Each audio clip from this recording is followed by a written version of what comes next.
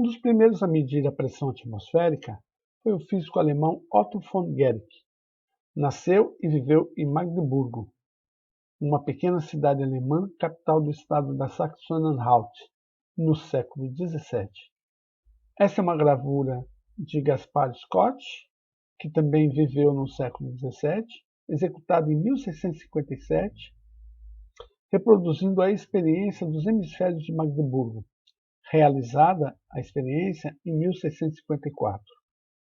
Essa gravura foi publicada no livro de Otto von Guericke, Experimenta Nova, editado em 1672. Trata do vácuo. O que se tem aqui é um detalhe montagem da gravura de Gaspar Scott. Acima, na gravura, é possível se observar os hemisférios e um anel que é colocado entre os hemisférios. Estes hemisférios, uma reprodução dos hemisférios de Magdeburgo, eles têm um diâmetro de 3,5 polegadas, o que dá aproximadamente 8,89 centímetros. Os de Guericke tinham 51 centímetros de diâmetro.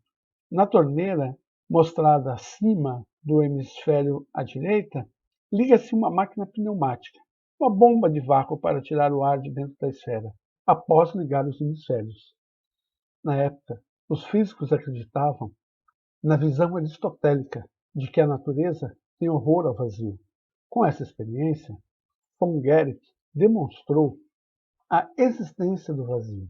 Von Guericke também mostrou a existência de pressão atmosférica sobre os corpos e a imensa força que a atmosfera pode exercer sobre os corpos. Vamos definir pressão. Pressão é a força por unidade de área. Quando se fala aqui a força, apenas a componente normal à superfície.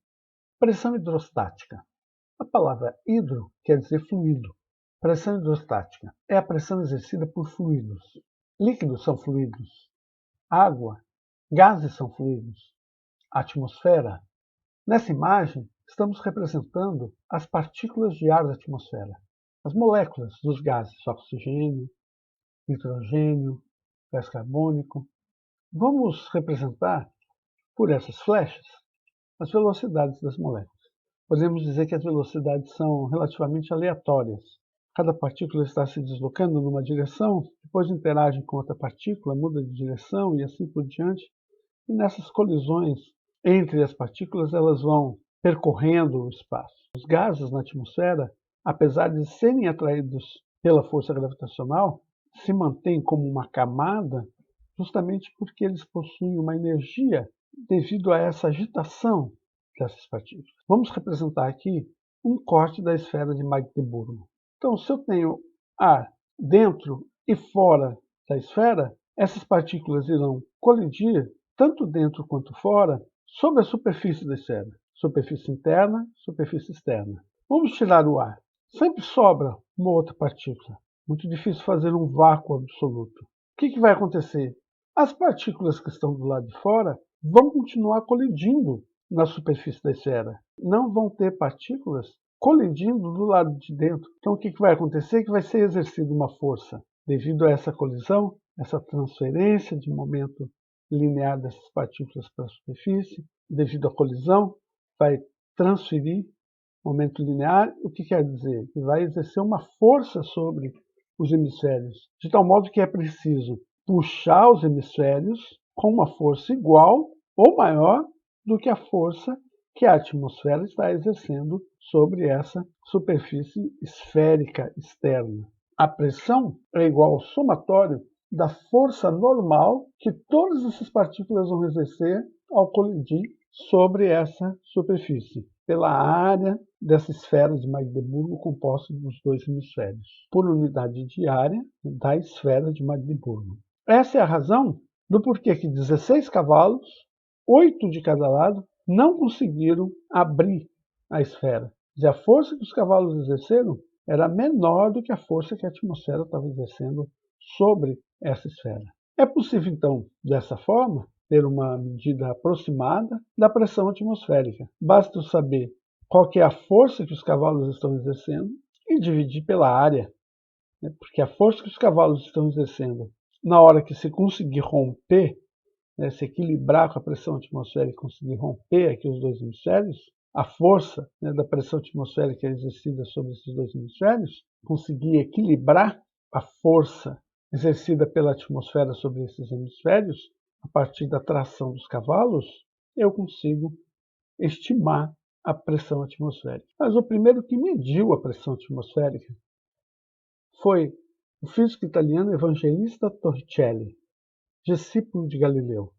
Ele tem um barômetro na mão com que mediu a pressão atmosférica. A experiência consiste em ter uma cuba cheia de mercúrio, vamos dizer assim, um tubo de ensaio de aproximadamente 1 metro, acima de 760 milímetros de mercúrio, vai mergulhar de boca para baixo, permitindo que o mercúrio escorra para dentro da cuba. No entanto, o que se observa é que o mercúrio não vai descer completamente.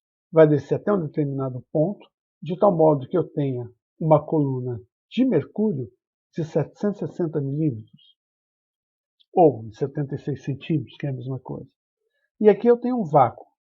Na verdade, também não é um vácuo absoluto, vai existir vapor de mercúrio. Alguns átomos vão estar aqui. Mas a pressão exercida por esses átomos é insignificante. A pressão atmosférica e a pressão da coluna de mercúrio, neste nível, é a mesma. De tal modo que eu posso dizer que a pressão atmosférica, deste lado aqui, uma atmosfera, é igual à pressão de 760 milímetros de mercúrio. Milímetro de mercúrio, então, passou a ser uma unidade de pressão, com essa equivalência. Pode-se fazer uma comparação com uma balança de pratos, em que o que for colocado em um prato tem que ter o mesmo peso do que for colocado no outro prato. Essa comparação serve como analogia, mas ela não é real do ponto de vista das unidades que estão sendo colocadas aqui. Aqui, no caso da balança de pratos, eu tenho que ter a mesma massa para que eu tenha o mesmo peso, portanto, a mesma força nos dois pratos. No caso dessa estrutura aqui da cuba de mercúrio e do tubo de ensaio com mercúrio, eu não tenho que ter o mesmo peso, eu tenho que ter a mesma pressão. A pressão atmosférica tem que ser igual à pressão do mercúrio, na mesma altura.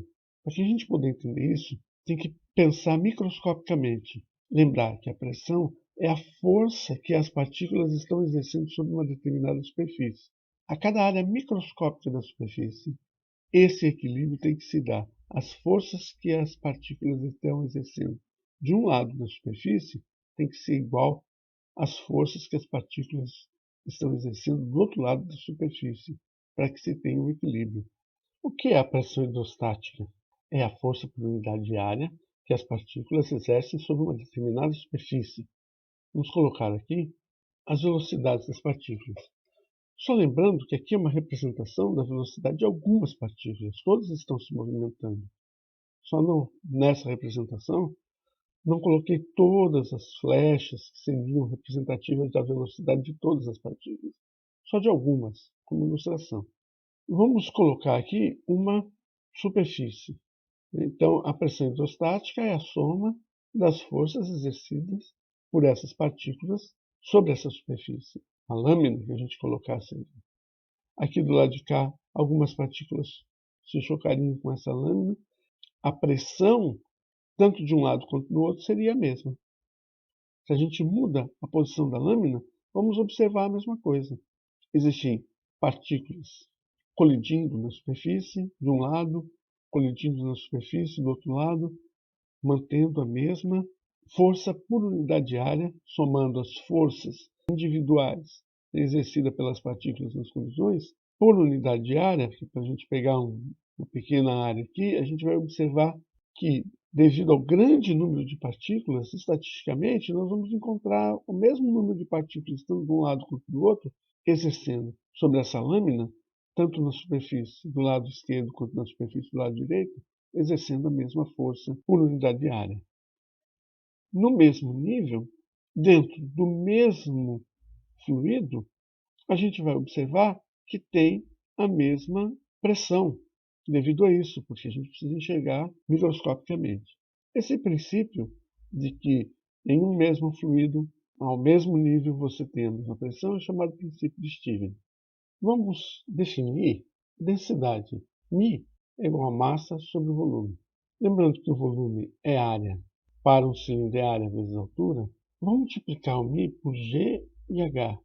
Quando eu multiplico por G, M vezes G vai dar peso do líquido. E o H simplifica.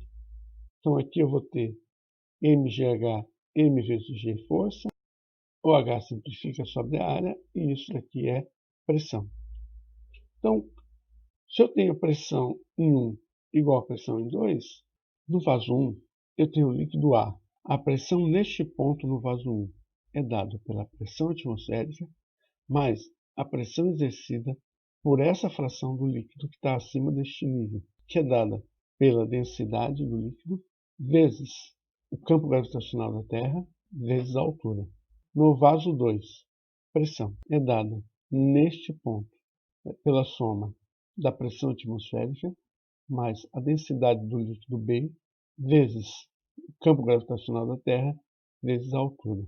Simplificando, P0 está dos dois lados, G vai estar dos dois lados, apenas multiplicando, ao cortar P0.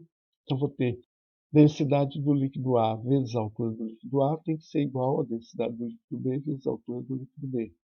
Ou a razão entre as alturas é inversamente proporcional à razão entre as densidades. Posso, então, medir a pressão atmosférica pelo princípio de Stevens. A pressão neste vaso vai ser igual à pressão exercida por este vaso aqui, que é o vaso com o mercúrio. Vai dar μHg, que é a densidade do mercúrio, vezes G, que é o campo gravitacional da Terra, vezes a altura de mercúrio, que é de 760 milímetros.